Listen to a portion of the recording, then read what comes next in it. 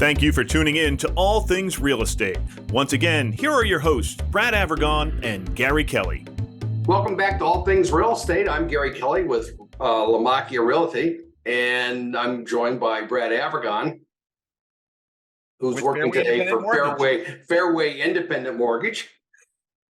So we were talking about permits and the importance of permits. I was representing a delightful couple that was selling their home in a town between Westboro and Worcester, and they wanted me to list it as a 5-bedroom home. And indeed, the septic, which is always one of the questions, had been put in for a 5-bedroom septic. When it came to selling the home, we found, indeed, going back and checking whether permits were opened or not, there was a permit for a basement remodel that had not been closed. Now, they had gone through the process of, plumbing checking it, electrical check. It just the final closing had not happened. And it turns out that when they went to the town and said, listen, we got to get this closed, which in my mind should have been pretty simple. The head of the building department in that town said, sorry, you can't have anything more than 4-bedroom homes in that community.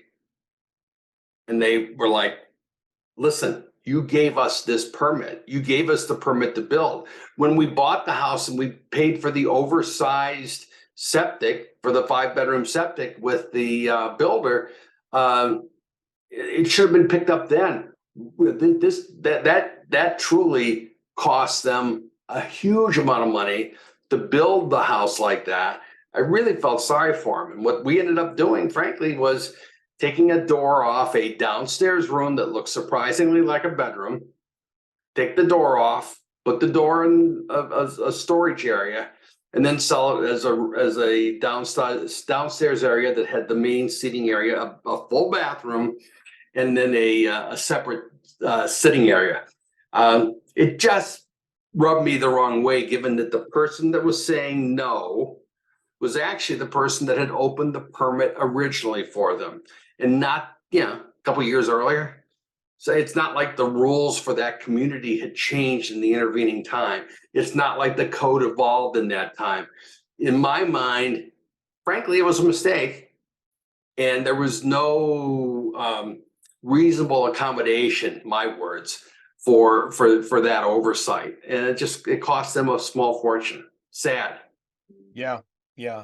There's a lot of stories I'm sure that you and I could go back and talk about, but if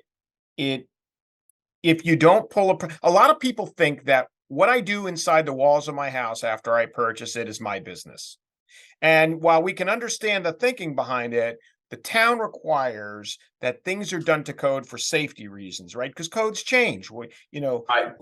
Right? Knob and tube wiring, which is an old style wiring, used to be perfectly legal. And we all know now that it can be very, very dangerous. And that's why it's removed in most cases.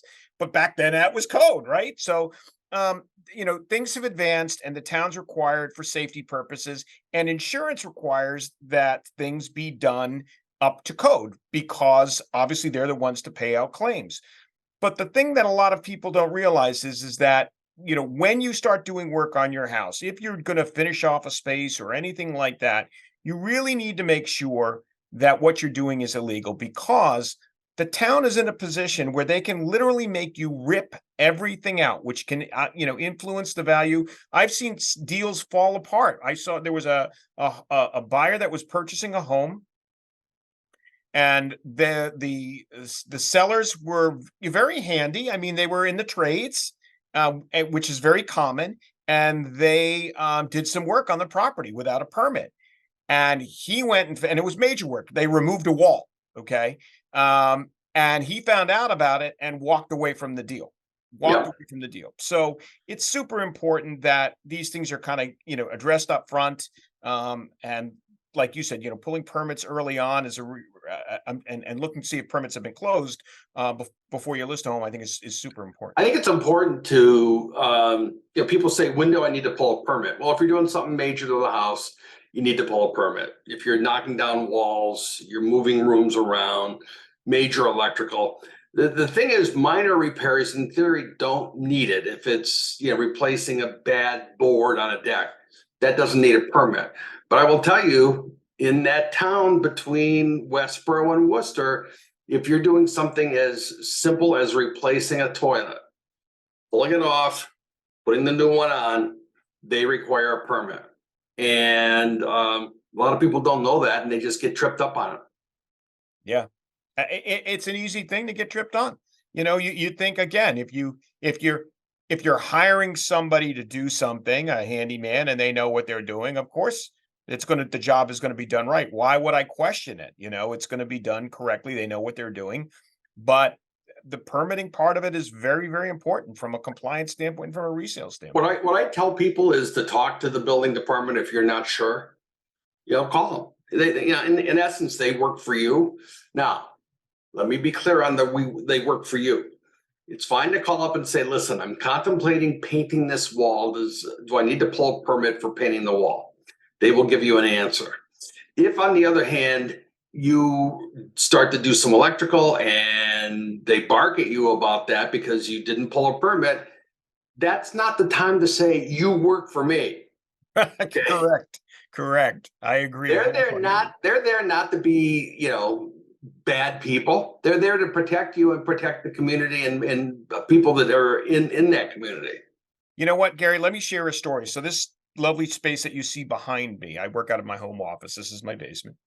And when we have an older home. It was built in the 60s, and there's a stairwell coming down, and the stairwell itself does not meet the requirements for code today. It does meet the requirements for code then. So I wanted to do this elaborate renovation, and I brought it, but the contractor clued me in and said that I was looking to work with. He said, we've got a little bit of an issue here. You might want to rethink that. So what I opted to do was bring the town in early. And I brought the building inspector in early, and they were more than cooperative and willing to come by and say, and work with me and say, this is the space I've got. What do you suggest I do? I don't know what to do. I'm not a builder. I'm not a contractor. What do I do? And he came up with a wonderful suggestion, which was to leave the stairwell off to the side, not work with that, but work with this space in here. And so we worked with that. He gave me some ideas, and the thing that I think worked well between us is, number one, I was able to scale the project accordingly and do it exactly the way he wanted. So when he came back to see the work done, it was exactly what he expected to see. And so it made everything in the sign-offs go very, very, very smoothly. And so it's that type of back and forth communication. As you said, Gary, they're nice people. They're nice people. They're not there if you're hiring contractors to do work, let them open the permit. Let them deal with the town. Let them deal with the inspections. Let them deal with closing the permit. Because frankly, if they open the permit, they're on the hook to get it closed. Now, the homeowner needs to make sure that happens. I often find permits where the roofer didn't close the permit. That's I'm not going to say it's common, but it's common. And so, it's a matter of checking, making a couple of phone calls, and getting the thing closed. But if you're doing something that's a major renovation and, fair amount of plumbing, et cetera, let the person doing that work open the permit and be on the hook for closing the permit. I think that that's really important. Yeah, I would agree. And I think it's important in a couple of ways. One is, it makes them, it puts them in front and center with the building inspector. So there's no communication gaps, right? If the building inspector or the wiring inspector or the plumbing inspector says, I don't like the way this looks, it needs to be fixed then. If they tell someone like me, I have to then translate that to the contractor, and I don't know what I'm talking about. Versus the wiring inspector is going to speak to an electrician. They're both going to come from like minds, and they're going to know exactly what each other is talking about. The other thing is the important aspect of requiring that contractor be insured. They're working in your home. You want to make sure that all those things are done, and that they've got some liability for the work that they do. And I think that's all part of the process, and I think sometimes the inspectors, the town inspectors, can look for that as well. Something that a lot of folks are not aware of. Well, I think that is important. I think when you do any kind of work like this, having a concrete plan is important. Having something that lays out, here's what we're going to do, when we're going to do it, et cetera, that you can review with all of the people that are doing the work on the house. or the GC, but also the town, I think is ultimately very important. And people can check permits. Most of the towns around where we are, if you're in the sound of my voice, you can look up whether or not the permits are open or closed online. You go to the building department or inspectional services, whatever it's called in your city or town, and you're able to put in your address and pull them up. If they don't have that online ability, you can go to wherever they are in your town, the building department, and say, I'd like to pull the jacket on the property. I'd like to see everything.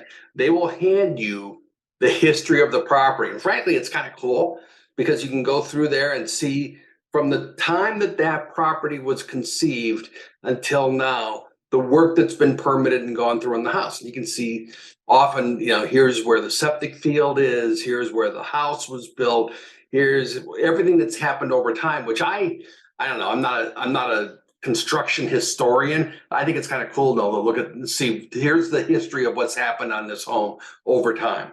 Absolutely. Absolutely. It's very important.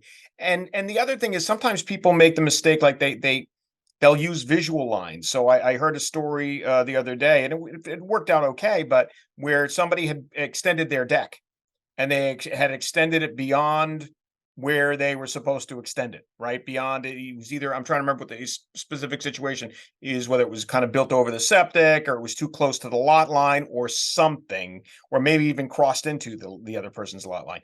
But these are things that you don't want to have to try to fix after the fact. With just a little bit of due diligence up front, I think your life's going to be much easier. Right. So Brad, how does someone reach you if they want to talk about this? The best way to reach me, Gary, is via my cell phone, which is 978-375-5531, or via email at brad@bradavergon.com. And Gary, how do they reach you? 508-733-6005 or Gary@movewithgary.com. Brad, we are both licensed in the Commonwealth of Massachusetts, and I know you have different licenses in different areas. This was a non-permitted video. Just want to go on record with that. The writers from Hollywood, they didn't have anything to do with this.